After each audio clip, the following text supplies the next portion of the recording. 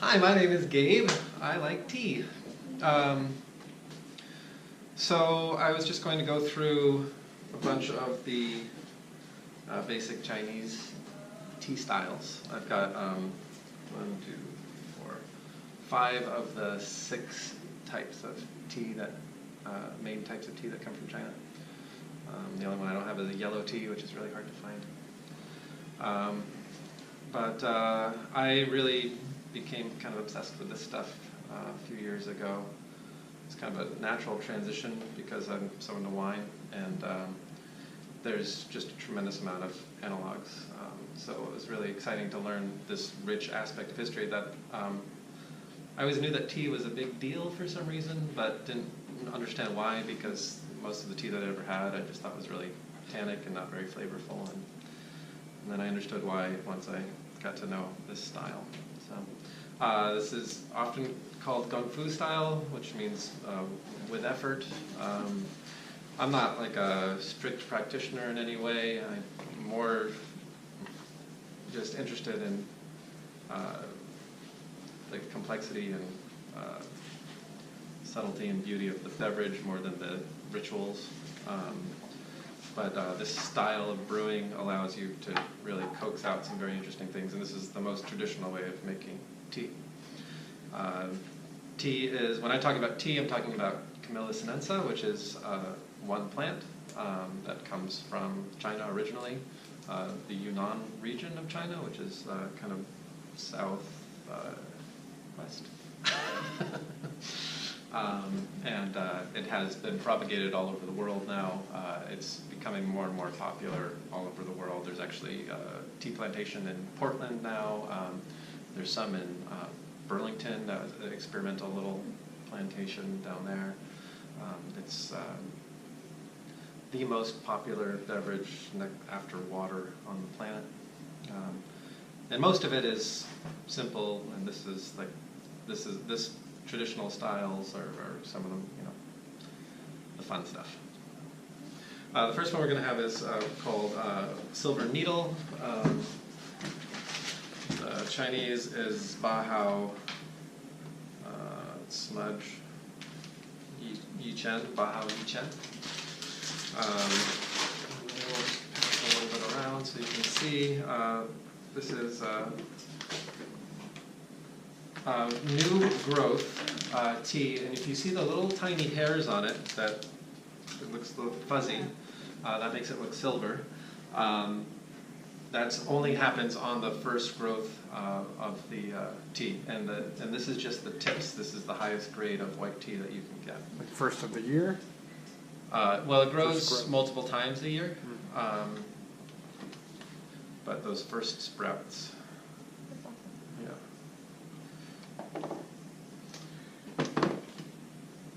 Just wherever. So, one of the funnest things about making this style of tea is that there's the rinse process, which gives you this tray. The tray's a water catcher? Mm-hmm. Yeah, this is one of the things that really immediately attracted me to this style of brewing is just how kind of free and messy and playful it is. I think a lot of us think of Chinese tea ceremonies as being very formal because of the Japanese style. But the Chinese Kung Fu style is very playful and messy, and there's peeing things. I was explaining to him I really wanted to get this set up, but well, we could. I think it'd make really good footage.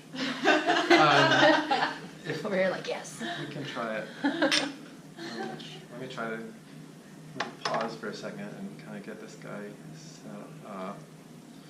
See if we can get him peeing. So it's clay, and then you introduce heat, and then... Yeah. So, let's see if it works. I have like a 50-50 track rate with this thing. So let's see if we can get him to face down and pot. Shh.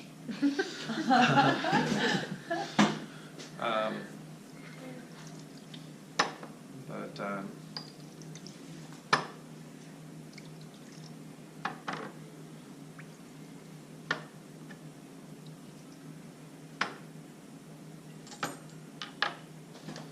so white tea is actually pretty interesting because it's like one of the more delicate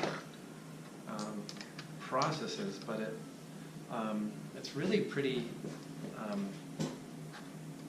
rugged as far as brewing goes. You don't have to be very careful with it. Whereas green tea is the hardest one to brew because if you're not careful, it'll get really bitter. But the types of tea, there's white tea, which is the least processed. Green tea, which is pan heated to preserve the color of it and the chlorophyll, and then dried. And then there's yellow tea, which is not very well understood, and the process isn't. A lot of people argue about what it is in the books that I've read, but the term I've seen most is sweated. So it's like somehow, because I've had it once, and it was really interesting. It's definitely different than somewhere between a green and a white in flavor, and it had just a unique flavor. Then there's oolong, which is a partially oxidized leaf. And then there's black tea, and then there's cake tea or fermented tea, or there's a lot of different names for it, but the most famous style of that is pu'er. And so we have everything but the yellow tea today.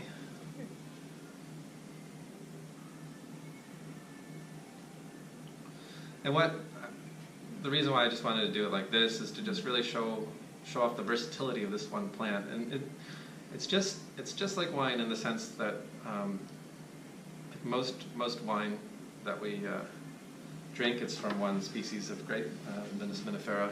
So pretty much every wine type, Cabernet Sauvignon, Chardonnay, Pinot Noir, all those Malbec come from that same species, Vinus vinifera. 1, 2, 3, 4, 5. Okay. And you did a rinse first? Yeah. Can you explain that a little bit? It's just to wake up the tea leaves and get any impurities off of the leaf. I mean, these things just go all sorts of places. So. Is there any significance to the stone? This is what's referred to as a tea pet, and there's all sorts of things that it can be. This is significant to me. This is off the beach in Catalonia, which is where my family comes from. I always went and visited there this summer, so I was able to bring a little rock back. And this one had a little dent in it. I thought it was really cool. Yeah, there's a lot of symbolism. The most common one is a frog or toad with coins in its mouth. I meant to bring another one. There's a lot of them are color changing, like hypercolor. So when you pour the hot water on it, they get all colorful. I have a Buddha that goes from kind of a bronze color to gleaming gold. But I think he got too cold because it looks like he has a skin condition on his head now. Yeah, so basically it's just to keep the tea from splashing. Is the function of it. So this has a real sweet aroma. Not a lot of tannin. I love it's kind of a woodsy flavor, I think, a little bit. Mm-hmm. And you said this is just white. Is it pure? This is white tea. Yeah. Mm-hmm. This is the highest grade white tea too. This is probably the most expensive tea I'm pouring today. Don't ask me how much it is because I'm not good with numbers. But a lot of what I'm getting here is from what I'm pouring for you today is from Great Horse. Well, is that true? A lot of my tea is from Great Horse Tea. He's a direct importer that lives out in Maple Falls. He has a web presence, but not really much of he's kind of a hermit. Not a storefront. He had one for a little while in Fairhaven in the Black Cat building, but he just couldn't do it. I visited there once.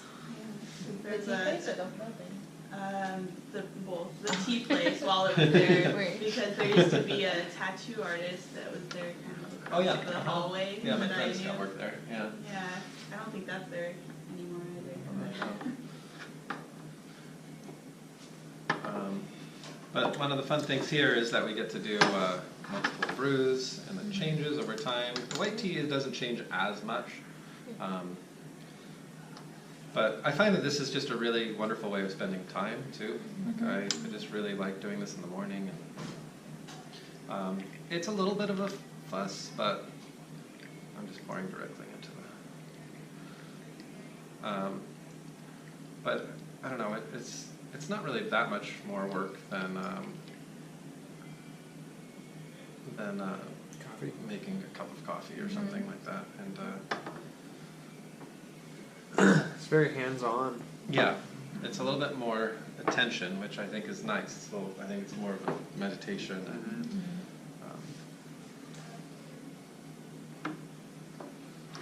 so white tea you can actually get quite a few brews out of over a long time.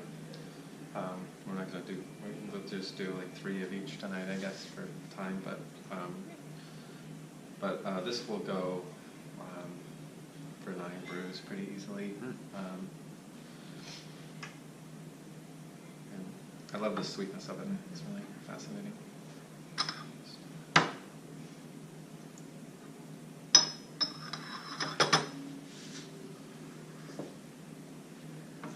Oh, that's what I forgot to bring.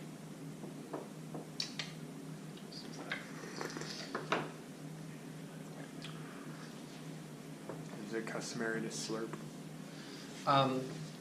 Depends. So this is one of the fun things about tea.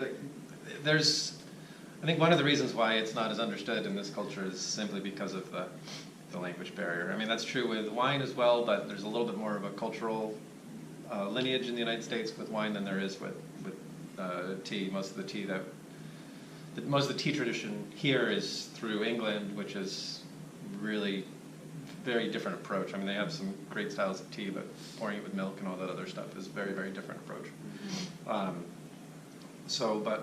Getting information exactly can be very difficult. And I buy from a lot of people from Vancouver down to Seattle because you just find these personalities, you find these people with these different focuses, and everyone always says different things. And Olivia up in Vancouver, she'll yell at you if you slurp a tea that isn't minerally. She said the only reason to slurp a tea is if it has mineral content because it enhances the mineral. So, but no one else has ever said that. So there's like a lot of different opinion and a lot of different, and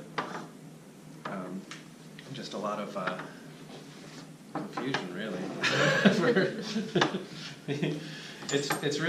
It's not really the best thing to go into if you really want clear, solid answers about things, because it's It's okay to slurp with top ramen over there. I know that. yes. It's not okay to eat top ramen.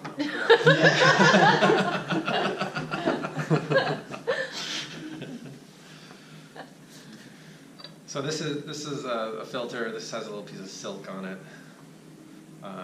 I usually don't use a filter. That's why I forgot to do it that time, because I just don't really mind having little pieces of tea in my tea.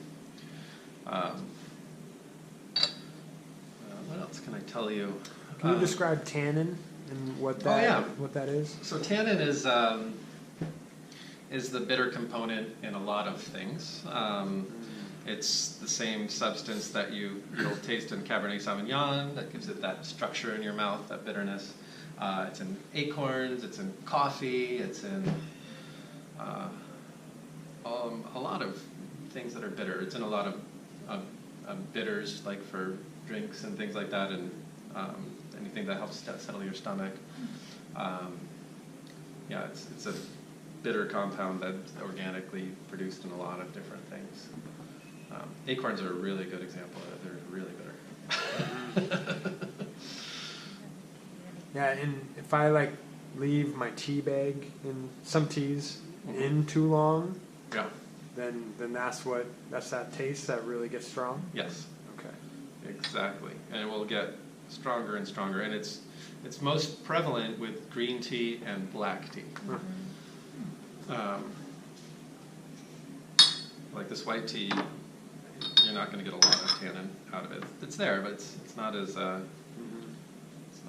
astringent. But it's the astringent quality of a lot of things.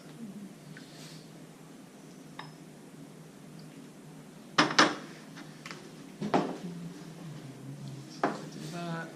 So what I did forget to bring in my rush because I was running late was my set of tea tools, which has a little scooper for getting the tea out of this pot. I'm going to use my corkscrew instead. But I'm going to put the spent tea along the back here so we can look at it. Cool.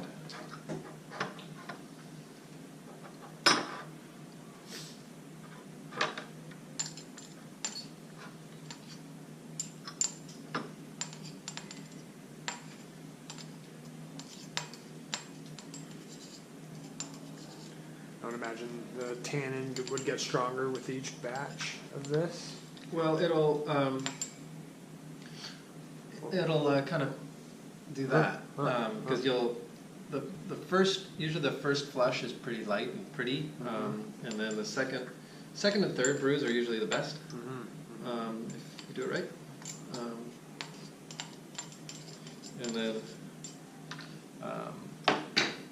and then it starts to diminish in flavor and color and all that stuff.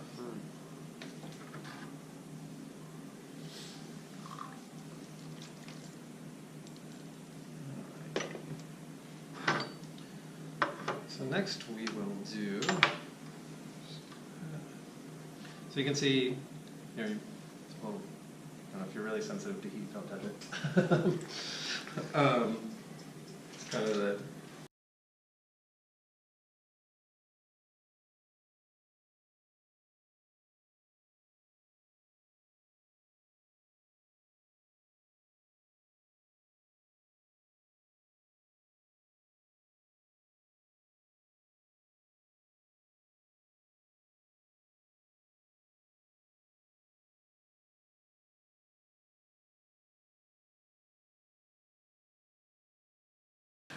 how it's falling apart. You can't see those little hairs anymore.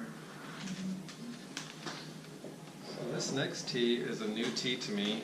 I realized I didn't have any green. I don't drink a lot of Chinese green. I wanted to do all Chinese tea. So this is Gui Zhu Zi Sun, which is purple bamboo. This is, I forget the name of the region, but this is up the coast and on the east side of China.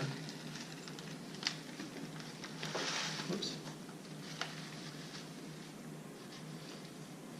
This is a different part of the plant. Nope. It's All still the leaf. leaf. Yeah, that's all. Everything we have is leaf. There are twig teas. Pass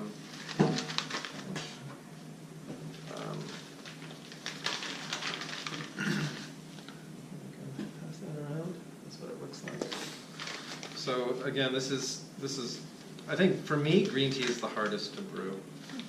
I'm not good at it, so we'll see how I do. Like most precise? Well, it's just the trickiest. I think oolong is pretty precise too, but I just am better at it. I just have a better feel for it, where I feel like green tea is kind of frustrating. Here it comes back. Is it just like the exact amount of seconds that it's hitting hot water? So yeah, I mean, a lot of people get really technical with this. I just do it by feel, but a lot of people will weigh their tea, and then they'll have the exact temperature and all this other stuff. I think that's boring. And I feel like I get great results most of the time just from kind of winging it. I tend to use a lot of tea when I brew, and I tend to brew pretty fast usually, and a little bit hotter rather than slower and colder. I feel like I get more interesting flavors that way, but both are really valid. And I mean, it's one of the things I really like about tea compared to wine is that there's really a lot of personality that comes into the preparation of it. It's a little bit more like being a chef, because you do make decisions. And there's competitions too. My friend Charles Dawson, who's a local, he got second place in the World Tea Expo. Wow. A few years back in Vegas. Yeah. Didn't know there was. I know. It's such a fascinating world. I mean, it's really, it's just like everything. Like you pull back the veil and it's like, whoa, all this stuff that's going on in here. Yeah, it's the first time I met him, and I was just thinking about this yesterday. One of my favorite quotes of all time. I was like, oh wow, that's really great when I found out about that. And he's like, yeah, I was kind of glad that I didn't come in first, because then I would have to present the next year, but I was really happy that I beat the Buddhist monk. Oh, this is a fun thing to do. Just smell the leaves.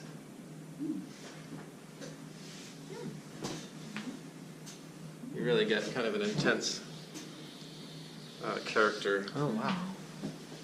What it tastes like. We'll see. It might already be too bitter. I can already smell a little bit of the bitterness. I'm going to see what I do. Again, this is my weak spot.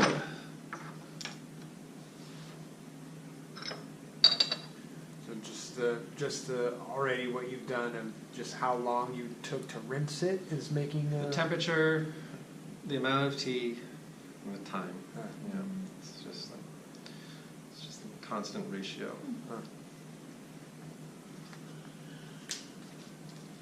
Oh, and how hot the vessel is matters, and how the shape of the vessel. So this is actually a more where we got our friend here. This is the most traditional style pot. It's called a gaiwan, which translates literally to lidded bowl. You brew it like this, and you pick it up and pour it, and it's a very fun way of brewing. And then this is all the Yishi style teapot. These are really addictive and super expensive. But if you can start brewing, like this is going to be specifically for Wu Yi, Oolong, rock tea oolong. I haven't seasoned it yet even, and I'm only going to brew that in there, and the tea seasons the clay over time, and it gets more and more flavorful over time. So, let's see how I did. Looks all right.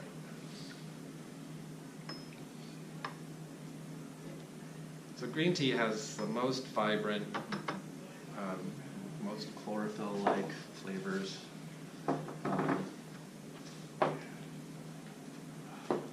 And it's one of the styles of tea that we're the most familiar with in the United States.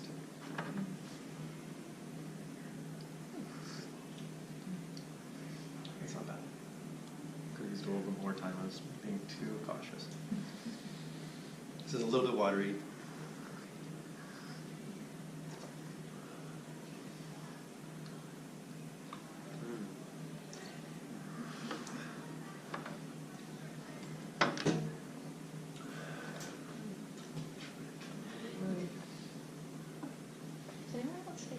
Fruity? Okay. That's the first time I've ever had green tea that's like had that fruity, that's not an aftertaste. Like mid-taste? What is that called? Mid-palate. Mid-palate. This is a wine word for it. Halfway through sipping at it, it has like a fruity. Yeah, it's amazing all the different flavors that you can get out of just green tea. One of the most famous teas is Dragonwell, and that one's really nutty. Can be very sweet, but can be very nutty. And then, and just each style of tea has different characters, and then within that style, the specific style of tea, there'll be a variation. Just like with wine, like Chardonnay is all sort of similar, and then if you look at white Burgundy from Chardonnay, which is one region in France that is most famous for Chardonnay, they all have kind of a similar characteristic to it, but also differences from north to south. And then within the sub-villages of, let's say, Macon, you'll find different variations for producers and different styles. So it's a lot of the same thing. You end up with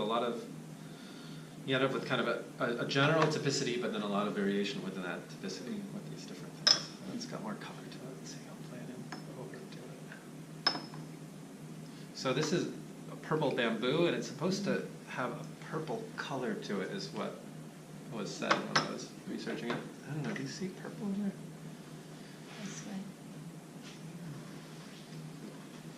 It's not super green. No.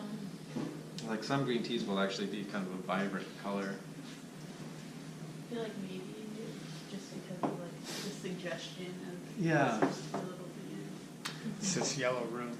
Yeah. Overpowers everything. Section of the walls. So that just a little bit more steeping, it's a lot more astringent. And this is like a little bit of a knife's edge with that tannin with these. So, and I'm really letting the water cool down too for this. So. This reminds me of a mushroom tea I had once. Reishi maybe? No. Oh. We're on the same page. That kind. I would never think of reishi when somebody said this. I know, like, I love reishi mushrooms, but that is the last place my mind goes when I hear that. This is really bringing up some sort of memory. That's good. Interesting. I'm going to hit this one more time and then get away from the green tea because I'm so fascinated with tea nowadays. Okay. 10 years ago, I was pounding Monster energy drinks, drinking hard liquor all night long, smoking 2 packs a day, and my poor taste buds like were so just overtoxified that somebody would give me tea, I'd be like okay, that did not register on my taste buds. So now that I don't smoke anymore, hardly ever drink. Now I can taste that like subtle differences between each one, and even like each brew, like you're saying. Yeah, I mean it is a meditation. It is kind of like tasting in general. I think is kind of like a form of yoga. You know, you're being present. You're listening to your body in a very specific way. And it's good for you. I think. Do you notice? Do you use like certain portions of your tongue for your own personal? Well, I mean, you want to get it all over your whole mouth, and there's a lot. There's been a lot of debate, and I really enjoy reading about this stuff, and I haven't really been paying as much of attention lately. But there's a lot of debate about like the portions, if the portions of the tongue are really that specific, and the common map is that the tip tastes sweet and the sides taste sour and all those things. And I think that there's general truth to that, but from some of the reading that I've been doing, it's like your whole tongue can sense a lot of different things, and there's regions that are more sensitive and less sensitive, but it's not like that's that and that's that. And that really left an aftertaste. Yeah, you can really taste the tannin for sure too. It's like afterwards it's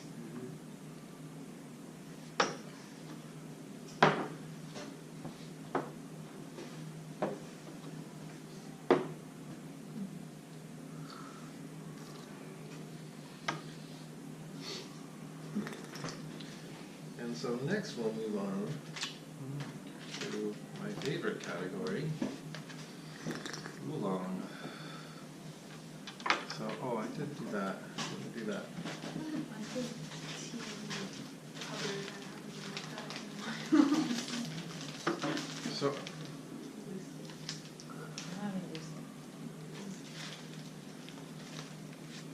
I only have had one style of white tea, so I can't show you any others right now. But there are lots of different styles of white tea. This is Japanese green tea, which I'm actually alright at brewing. It's a sencha. Just wanted to bring some of these others to show around. And then I brought a couple other oolongs just because it's such a fascinating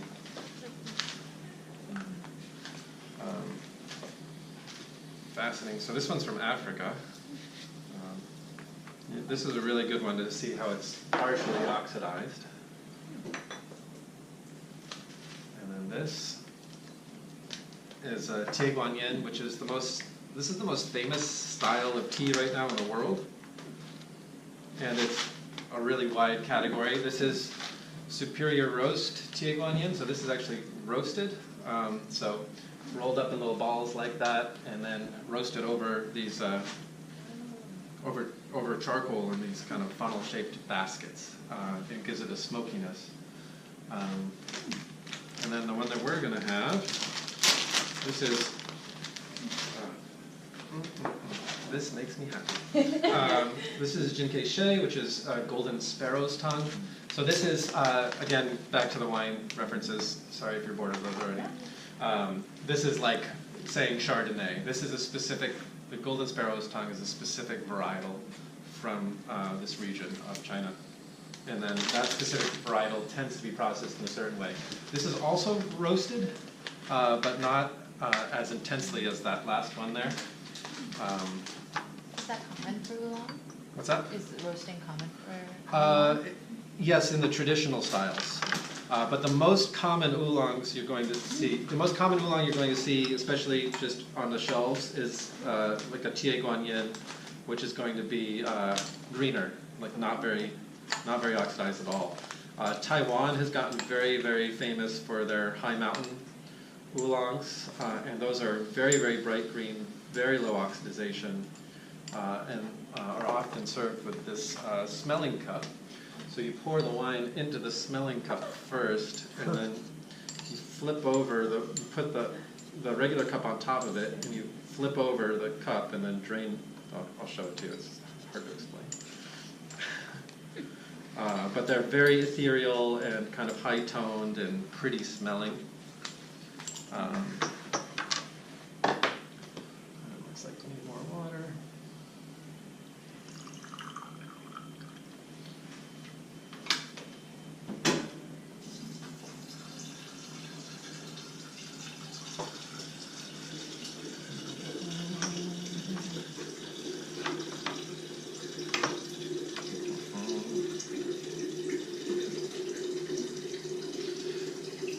There's lots of different cups and things. I bought these at Tea Festival. They're beautiful.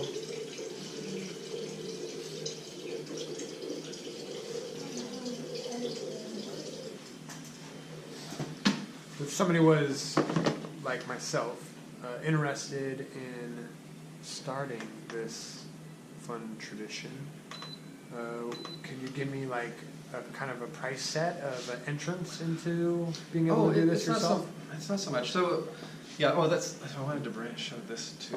Oops. There we go. So this is my smallest and most portable tea tray. It's just a clay thing with a piece of thing, and that's really easy. And then like the gaiwans, you can buy cheap gaiwans for like $5. So that's this piece here, and a pitcher. You can get set up if you're frugal and drive around Vancouver especially and go into like Chinese shops. You can find cheap stuff that's just basic and easy, and you don't have to get all crazy and buy these. This is $100. Which I thought was a good deal.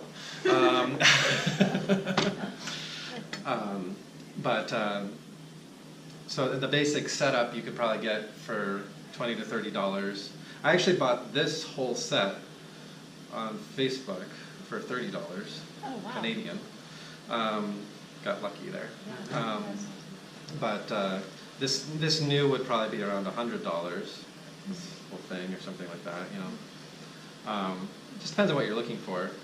But you know, you don't even need to get this. Like all you really need is this, like a pitcher, a gaiwan, and a cup, and you can get that for $10. And then the tea just depends on what kind of tea you're looking for. There's a lot of great teas out there. Tea really, compared to wine, like in how much actual beverage you get out of it, from my perspective, like the highest quality teas, you can get them for pretty affordably. But like I bought I bought this whole bag full of golden needles of black tea that's really difficult to make and delicious. I recognize I just found that place the other day and went okay. there for the first time. And Yeah, I so really this liked is it. this is from Saku. It's in town. It's on State Street, I believe it is at that point, right before the roundabout when you're going towards Fairhaven. Really cute little spot, and they have loose leaf tea for sale, and they brew it there too. This whole bag full was $25 for a really special tea. That to me is cheap, and you know I've given a ton of it away already, and I still have full, and I'll have this for months because I don't brew it every day or anything like that. So yeah, I mean I feel like I can go into a tea shop and get some really nice tea for around $30 that'll last you for weeks. Is there a shelf life on the tea? Well, it's really interesting actually. Some of them will improve with age, some of them will fade. Green teas tend to fade, but they also like. I just did a tasting with my friend Charles, and he poured an old Dragon Well, which is a green tea that he had had for a couple of years, and it was delicious. It wasn't as primary and fresh, but it was still really good. So, yeah, they change over time. They can get stale. You can re-roast things. It's the roasted teas. If they get a little stale, you can just re-roast them. It gives them a little bit of a lift.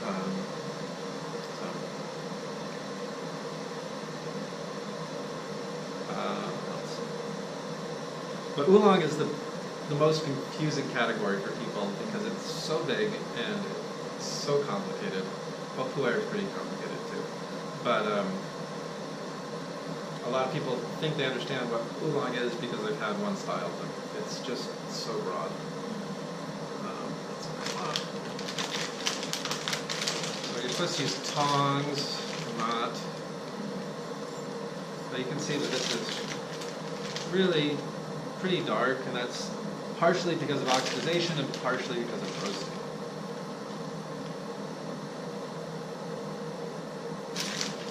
I like to use a lot of tea. I'm very precise with my measurements. I'm really attracted to the sloppy style. Me too. I want to bring this home to my wife. I feel like Laura would enjoy it.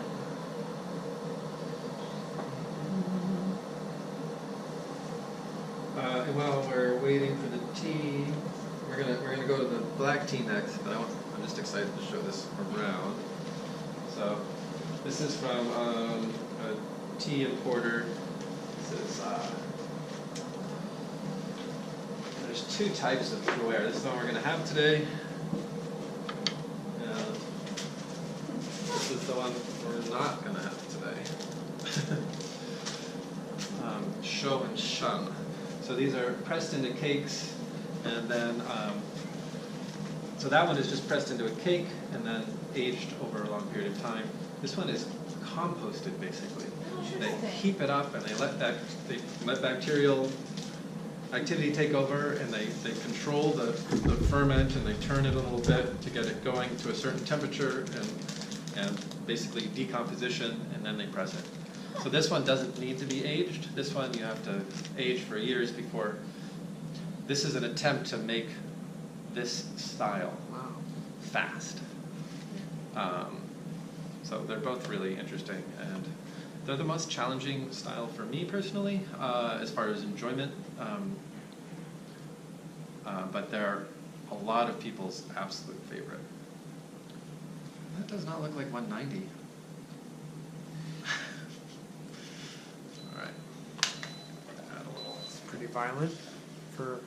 Yeah, 190 should be bubbling like 210. I feel like this kettle doesn't always like to be honest. All right.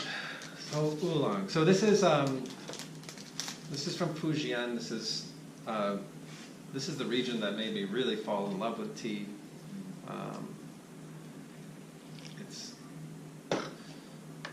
really, really diverse.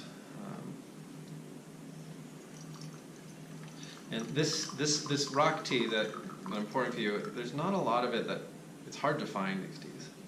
And this is the one that Andy gets. He actually goes to Fujian and deals directly and brings it back with him on the plane. Because it's so Tie Guan Yin, which is this one here. Tie Guan Yin means iron goddess of mercy. Guan Yin, I don't know if you know about her. She's and Tie means iron, so iron Guan Yin. The reason why it's called that is because it's a really tough leaf. So this is getting back to the cool things about varietals. So it can be rolled into these little balls without falling apart, whereas this varietal would crumble. It wouldn't. It's too brittle.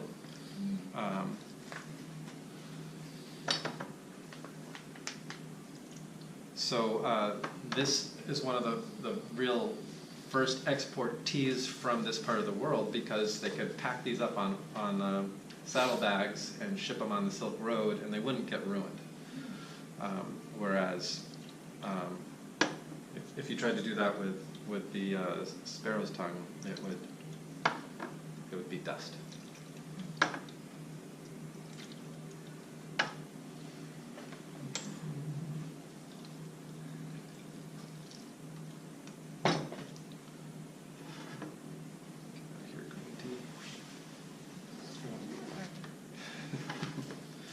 But yeah, I mean, you can see here,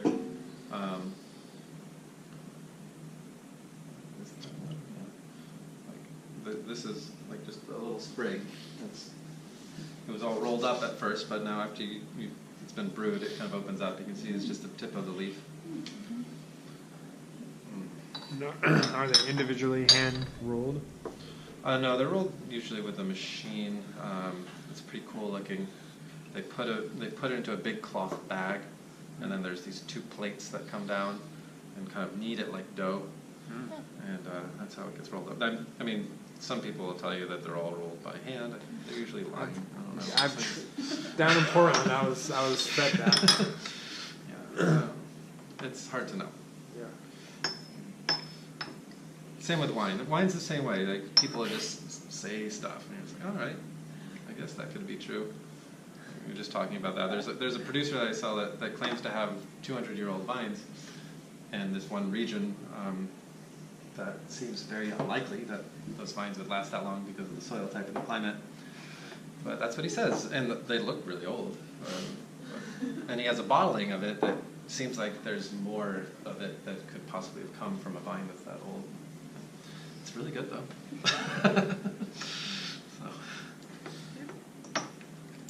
And, let's do this too.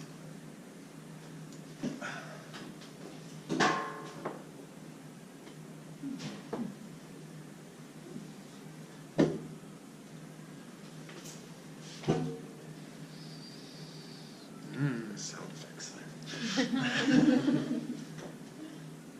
So, to me, this really shows just how complex tea can be. This is double on. Yeah. This has the most kind of intense tea flavor, and it has that roasted stuff. It has all sorts of savory notes. And this is the first brew. It'll get better in the second one. This one, to me, almost has a saltiness to it. It's really just got a lot of complexity. So this is minerally, so Olivia would say this is worth slurping. So slurp it. And I think it does enhance that kind of crunchiness.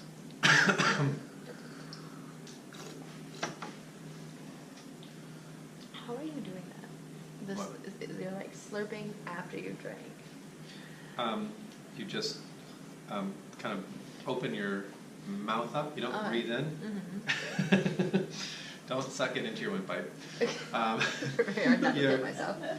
So the tea's right inside your mouth, and then when you open your mouth up, it makes a bigger space and sucks air in. Yeah, don't hurt yourself. No, that's why I stopped. That's why I stopped and asked the question first, because I started and I was like, this is going to end terribly.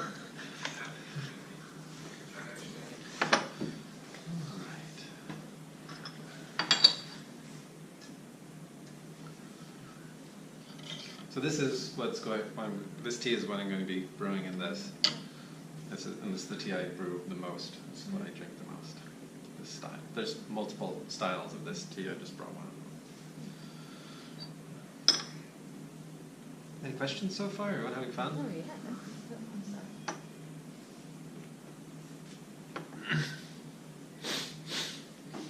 I'm still thinking about the competition scene. I'm like, what Yeah. does that entail?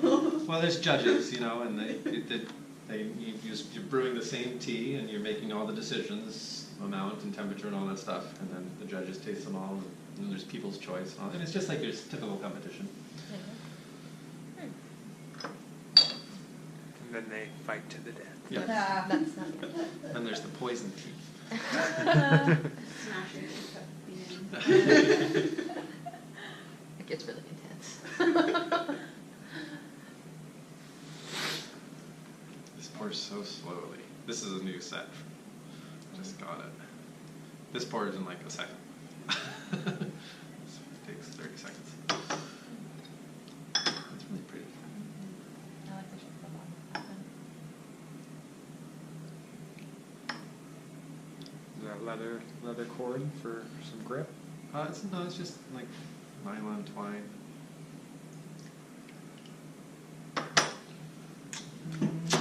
This might be my favorite. I really am still enjoying the flavor of the last cup.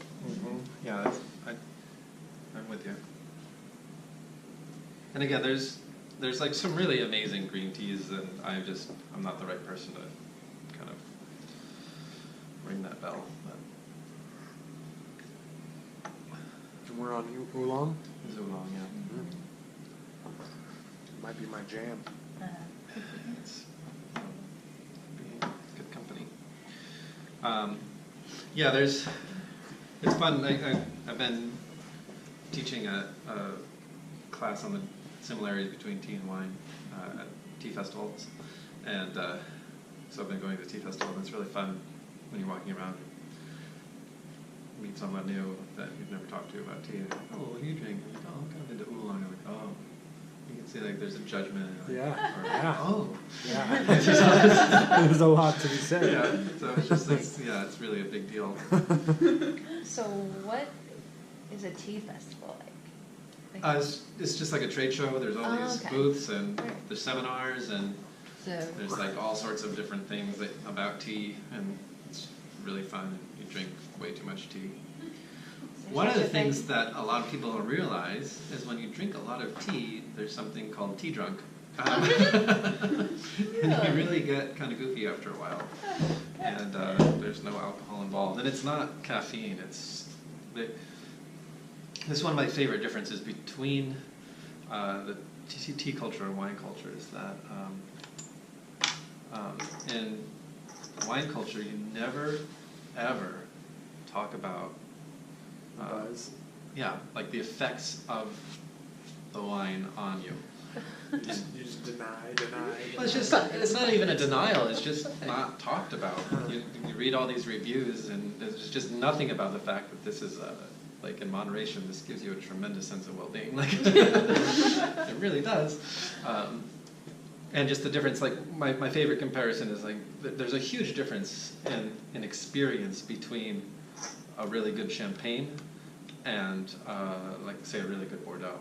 Like, the feelings that you have from those two beverages is completely different. But that's never ever discussed. And then, but with at these tea festivals, like everyone is talking about the chi-cha, the tea energy, and how that affects you. And like they're always going like this, like really, this one really, and this one I actually feel when I do that, I can kind of feel it. But it's a constant talk about how the beverage influences. So. do they have any local or any festivals like that around here? Seattle, Vancouver are the ones I go to. There's one in Portland I like better. Right. And at Chinese New Year, they always do a thing at Saku with Charles. If you go to Saku, you should go in on Tuesdays when Lori's there. She's super knowledgeable. The new owner just bought it. She's learning. She doesn't know a lot about tea yet. But, you know, she'll get there.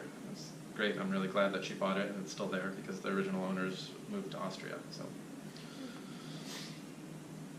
Either that or we wouldn't have any good tea places. So the two best tea places in town are Saku and Camber. Where's Camber? Camber's on Holly. It's a coffee shop, but they have a really great tea list. It's simple. There's yeah, not a lot of I know what options you're to it, talking but they do a really good job with it. I just went there last week for the first time. They brew it for you. They bring it to the table. You've got a little cup and a pitcher, and you can. Oh, and the thing to know is you can ask for rebrews, which isn't stated anywhere. Water through what you got? Nope. No, they keep the tea at the counter. Okay, oh yeah. You don't even see it. Yeah. You just get the brewed tea. So, would they, like, make you a whole fresh new pot, or they would just rebrew They whatever rebrew it, they just like had? I'm doing. Okay. Yeah. So you get a second and Wow. a third steep for free. I didn't know that. Yeah. So it's a nice program. I Yeah. really was excited. I wasn't expecting that coffee place to have a good tea program, honestly. I shared my pot with a friend of mine, and that was filled up a full hour of beverage drinking. Yeah. Yeah. What were you last time? Oh, hey, look at that. Gotta move on. Yep. We've these got are two my more favorites. teas. Because they close at 8, so we So it's a hard to off. Okay, should we just do one of the two then? probably, Okay. Sorry, I wasn't looking at the time. that's it. So let's take a vote. Do we want black tea or pu'er? Pretty sure I know what black tea's Oh, like. geez, now you're making me want to brew the black tea now. Cool air, I don't know if I've ever tried. Anyone else? I'm going to try to do both. I'll just do one brew of each, and it'll be fine.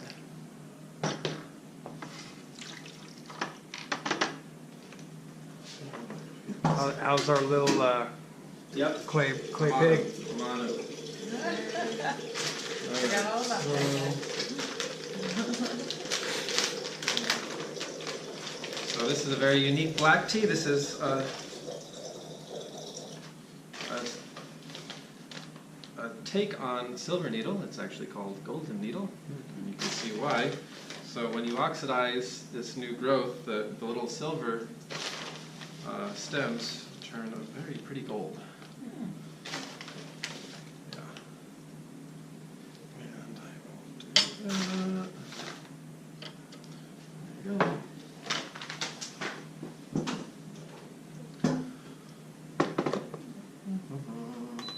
So what is something like skullcap considered? Is that considered a tea or is Nope, it's not in my world. yeah. That is what I would call a tisane, or an infusion, herbal infusion, but not tea. And it's really unfortunate that it's so confusing. I think it really hobbles people's understanding of what tea culture is, because of just the fact that there's so much misinformation out there. But yeah, in my world, tea is only one thing. It's vanilla sedeza.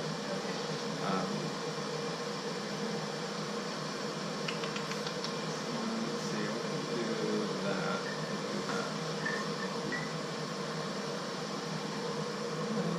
Alright. Who wants to get peed on? Celebration of our president.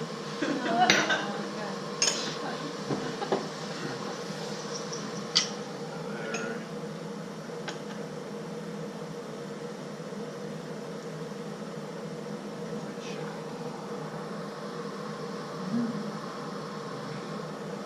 So you might want to scoot a little bit back.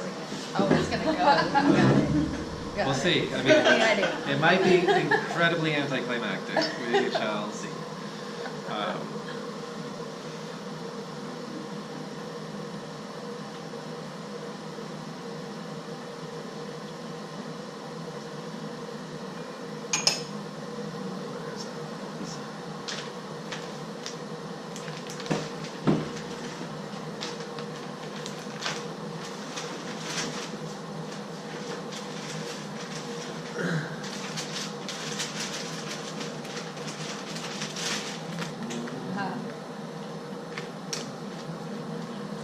look like it's nearing the end.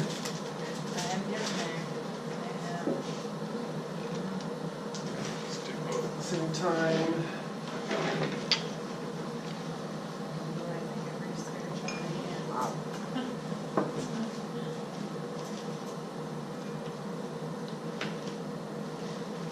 So this you get to kind of flake off like this. It's all pressed Wow. together. Totally rotten stuff. Wow. Interesting.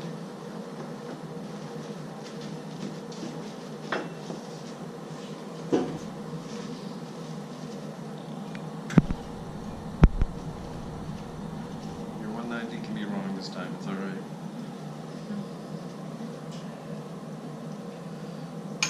Alright.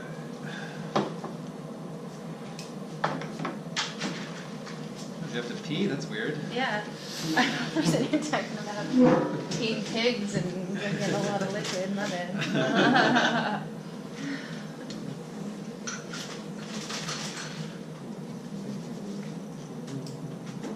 Click on.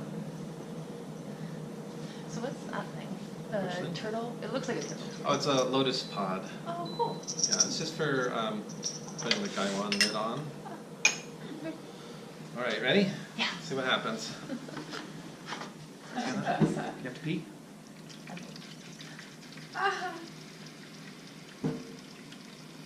Definitely try.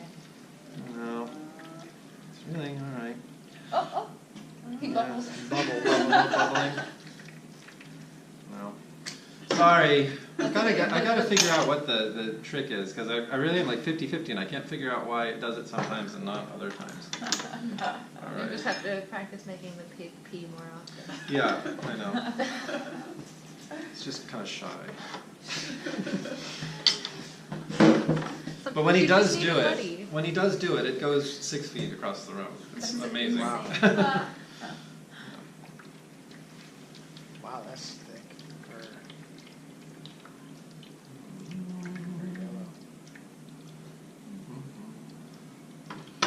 Wait until you see this. Okay.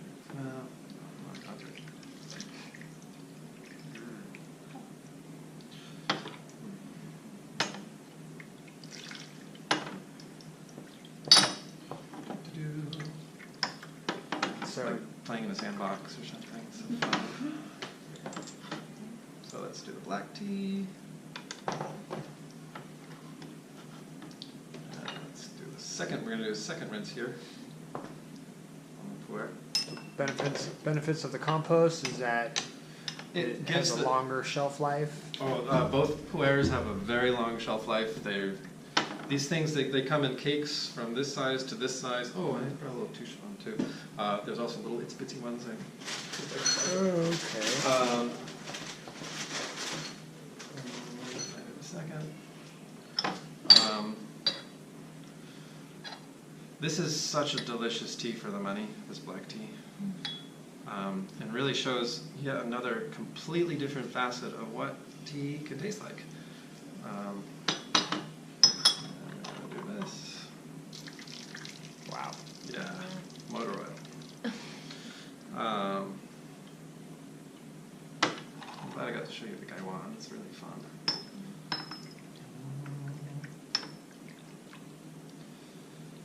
Okay. So this is unlike other black teas that you've had. This is why I had to do this, because of that comment. It smells like malt. Yeah. It's so sweet and delicious. The tannins are very gentle. What was this? This is the golden needle Oh, is this the golden from needle one? Yunnan, yeah. So, Dang. Is this the one that you got from I'm gonna say it wrong. Saku. Saku. it was I was trying to say Sandra Sasuke. and Kuros are the two people that opened it. Funny enough, I was talking about them at work today. We were talking about Saku. I keep trying to say Sasuke, which is not Nope, that's in wrong. any way related. Oh my god. Wow. Okay, one more. Yeah.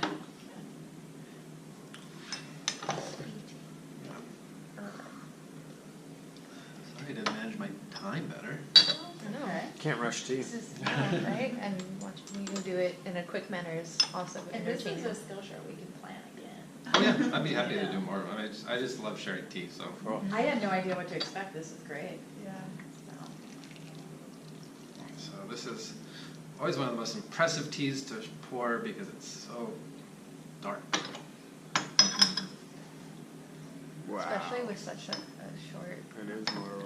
And this will go forever and ever and ever.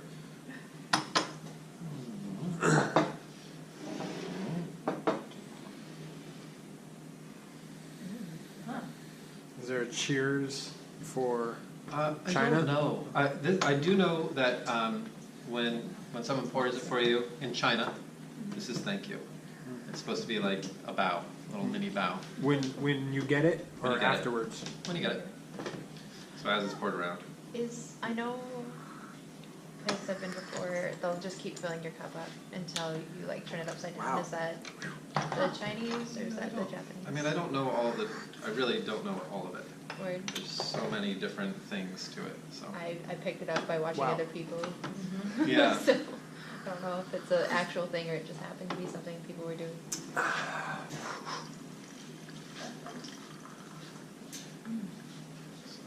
That's intense. There's more of that. More black tea. Never have enough tea, ever. Sorry, I didn't, That's okay. wasn't paying attention. Either were.